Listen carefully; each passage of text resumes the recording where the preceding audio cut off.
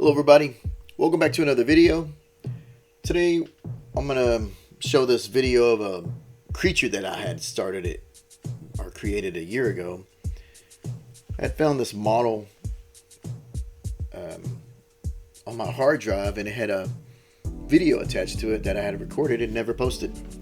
So figure why not just go ahead and put it out there on this channel. But if you look at the bottom left, you can see the references that I had pulled in to create this whatever I have at the end of this video. But I mainly go with the top left little green creature to kind of pull inspiration from to create. And the other little guys with their big eyes, I'd kind of pull from for reference and just kind of go from that.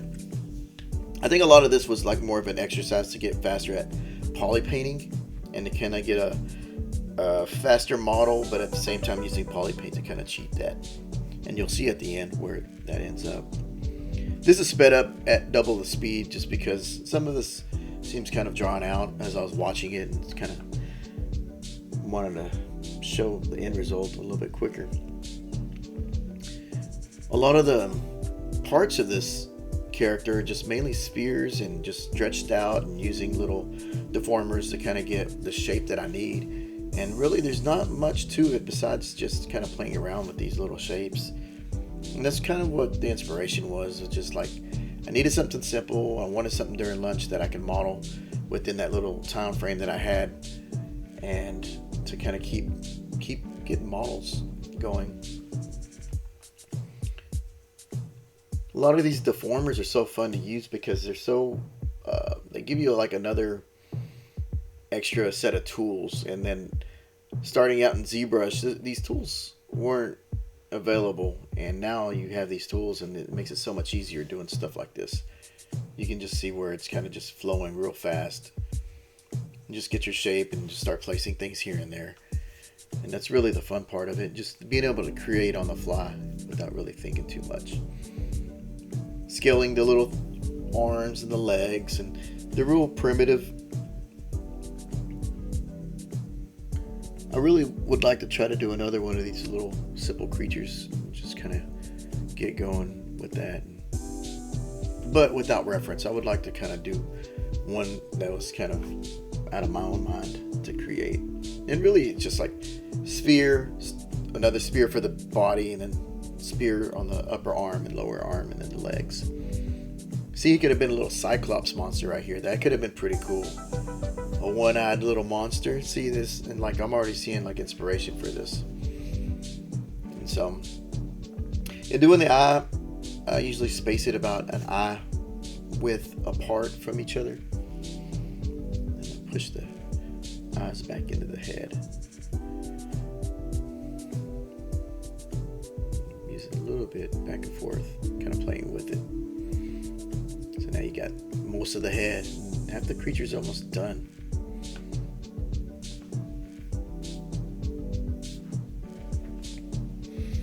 I think a lot of times just finding inspiration on sites like Pinterest and what else, Instagram or ArtStation, just looking at other ideas and getting your mind going and going with that for fueling your creativity to get something started. Sometimes there are days where I don't feel as creative, and going to sites like that actually kind of set that momentum moving forward, just gathering references. And once you start gathering a few references, if you start getting past 2 or 3 and you get to 4 references, that means that you were kind of on a roll on a direction, and that kind of helps getting your mind in a different mindset. Because there are days where you just don't feel it, and then once you start, it gets easier. So getting a little bit of the texturing going, it looks like. And I'm trying to do a playback of this video that I did a year ago, but a lot of my techniques and process didn't really change as much, given that I kind of keep to the same kind of formula after a while, and that seems to work for me. Yeah, you'll find little shortcuts here and there, but over time you'll find out what works for you and what makes you a little bit faster as an artist to get that image out or model out a lot quicker than longer processes. I still have these references saved, I think, in my Pinterest tabs somewhere for creatures or things to model. I'll go through the website and just kind of drop into the little pins. Whenever I'm not feeling inspired, I just jump back to something like that and kind of kickstart that part of my brain. Sculptris Pro kind of helped a lot in speeding up this process, because you don't really have to worry about dynameshing like you used to back in the day, and now it's just Sculptris Pro is the go-to. Getting the eyes blocked in. That's usually where I almost always start, is just the face and the eyes, and once you lock that in, just kind of going from there. Trying to get that mouth, that little weird smile that he's got. Pushing and pulling. Using mask help. Just kind of shaping it out so I can start having like a stencil for what I need.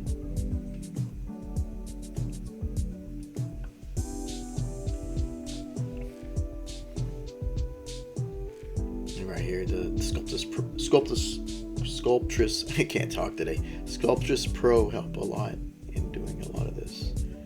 You can start seeing that it deforms as it goes. There you go. You got a little bit of a mouth to kind of pull that through.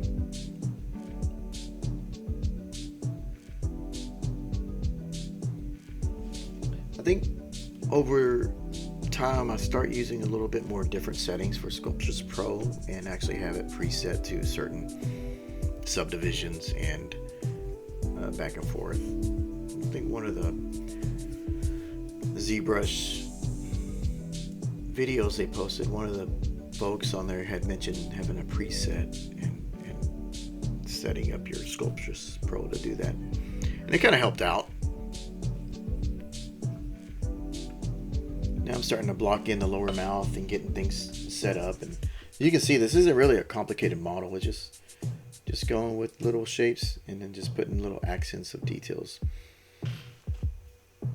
and really wanting the color to pop when I was finished with this model. And that's something that helps going along with this.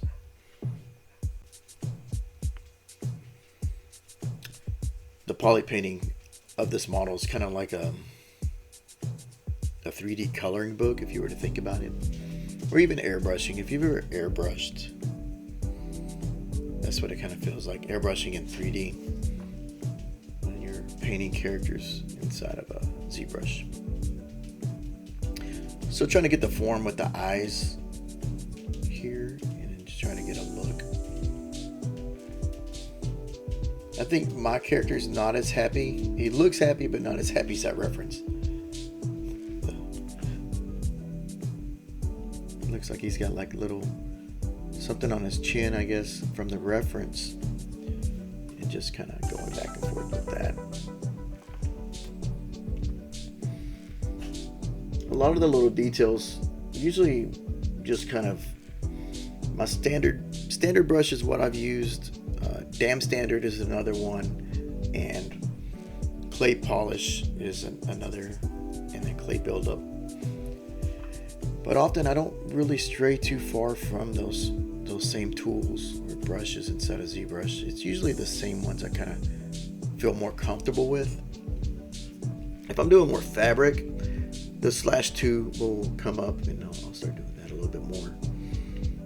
Trying to get more fabric-y look. But other than that, just the standard brushes. And that same thing kind of applies to like stuff like Photoshop.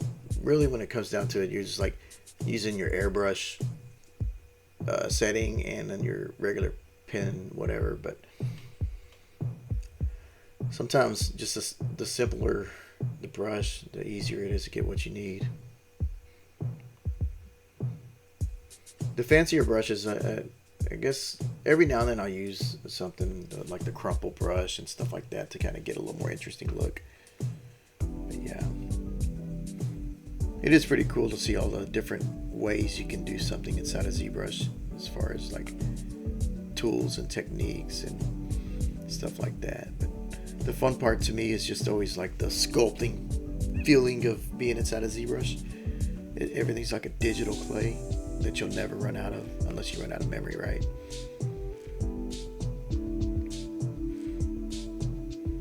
So just kind of giving little features to his arms, kind of little wrinkles, and just roughing it up. And sometimes that's all it needs, is just that little bit of brush stroke with your tool to kind of give it the look. I guess those are his kneecaps or his foot, whatever they are. I think I'll do an insert mesh. Let's see, for his little fingernails and toenails. Yep, copy paste. That's it. Yeah. This is fun to watch, even going back whenever, like if you ever record your own models later on, just for progress and seeing how you do things. And sometimes I'm just like, that was fun. Even watching this model, even though it's been so long, I'm like, this is just fun for me watching myself doing this a year later. And makes me, it kind of helps me to be inspired to do something like this again, if that makes sense. I think a lot of times going back and watching videos sometimes helps me realize that I was in a different state of mind to be more creative in a different way.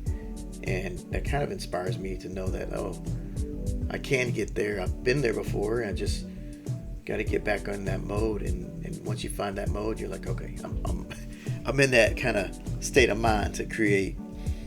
Don't look back. And lately I have been doing a lot of creating, but just not on ZBrush. I just kind of shifted gears towards doing more towards the Oculus.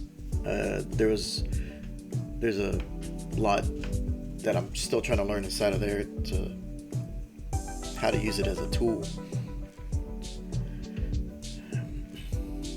Still love ZBrush. I'm always going to come back to ZBrush. But yeah, lately it's just been kind of a little bit more experimental with other mediums and trying to see what else I can create in different ways.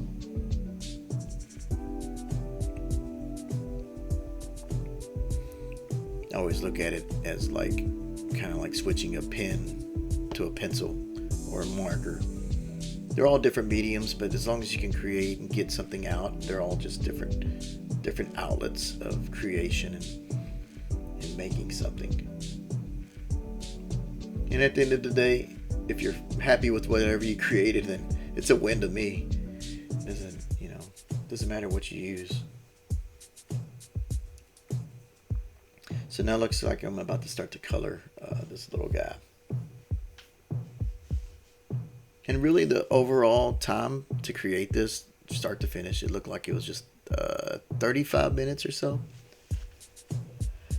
So just using a few spheres and stretching them and getting to this point and just doing little wrinkles, and we got halfway a character to kind of go with on this and then make something out of it. So that's always fun. I like to experiment. Color palettes, those little color palettes at the bottom, those are fun to kind of grab one that you kind of like are leaning towards and just kind of go with it and just use that as your little palette. I like going to Adobe used to have this one site called Color Cooler or something like that, and they had all these color swatches, and I would just download them and look at them and try to use them in a painting or something like that. And that was always fun because it gave you a very different way of approaching things whenever you're limited to like 5 colors and that was your color palette. So that's similar to this too. I'm kind of get the color going and everything else. This is also fun. This is like airbrushing on a 3D model, and just like I mentioned before, it adds another layer to your model without needing to put like anything as far as sculpting goes, but something about it adds another level. And I've been trying to incorporate this in my models to kind of push, like I need to start painting to kind of get that look.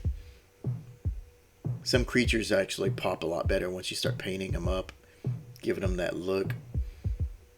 I really want to get that variation in colors. Sometimes the standard brush with the splatter brush kind of helps give you like that little variation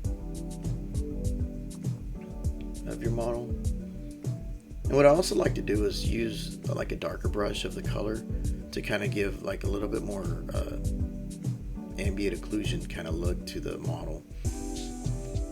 Even though, yeah, you can render it with that, but sometimes I like that little bit of extra paintbrush inside of there to kind of emphasize more of the shadowy look of where things are. Like this lower lip would get a little bit more shadow on there, and then the highlights, just painted highlights that kind of mimic certain like different colorations of the skin. Kind of helps emphasize, and you can see that I didn't really model a lot of detail, and a lot of the stuff is coming through in the poly paint. So don't really look at the front of the creature, or the back of the creature I mean, but you still kind of, you get like a little general image at the end of this little exercise. And you know, maybe you'll try this too. Maybe you'll get a fun exercise of just doing some spears and creating a little fun character. Look on Pinterest and see if you find anything inspiring, and maybe, you know, you too will create little creatures like this. So that's almost most of this video. It's a very short video. I found it on my hard drive. I just wanted to post it up there just because it is a fun little one that I did, little project of a creature. So a lot of it was more of an exercise of poly painting and just simple shapes and getting to this point. So hopefully, you know, like I always say, hopefully it was something informative in this short video and maybe a little bit of inspiration at the same time. As you can see, that it doesn't take too long to get from A to B and get something out, and then you got a little creature that'll sit on your hard drive for a year until you decide to post it a year later. That's what I did. So I appreciate you watching, and hope you tune in again. Thanks.